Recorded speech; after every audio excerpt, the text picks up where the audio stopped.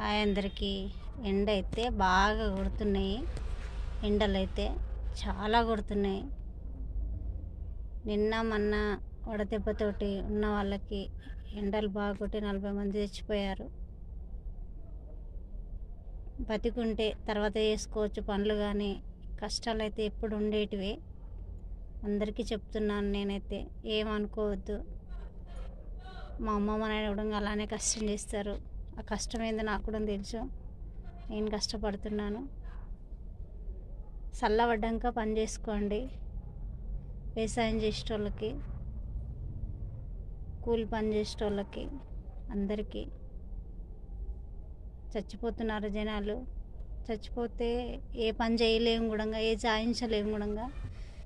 మనం నీడపట్టు నుండి నిదానంగా అయినా సరే పనులు మంచిగా చేసుకుంటే మనం బతకగలుగుతాం. కానీ ఎండలకైతే చాలా ఉన్నాయి.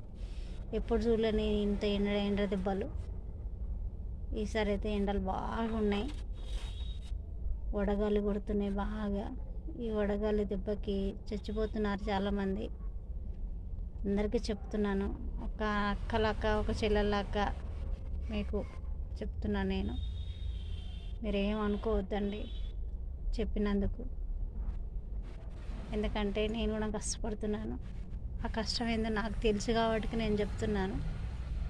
ఎందుకంటే ఇప్పుడు అన్ని పనులు చేసుకుంటాం, మనం వ్యవసాయం పనులు చేసుకుంటాం.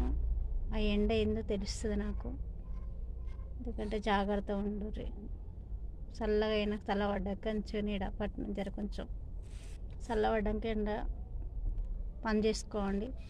ఆ పని మాత్రం మనకు తప్పదు. బాయ్ అందరికీ. నేనైతే మాట అయితే చెప్తున్నాను, ఏమనుకోవద్దండి చెప్పినందుకు.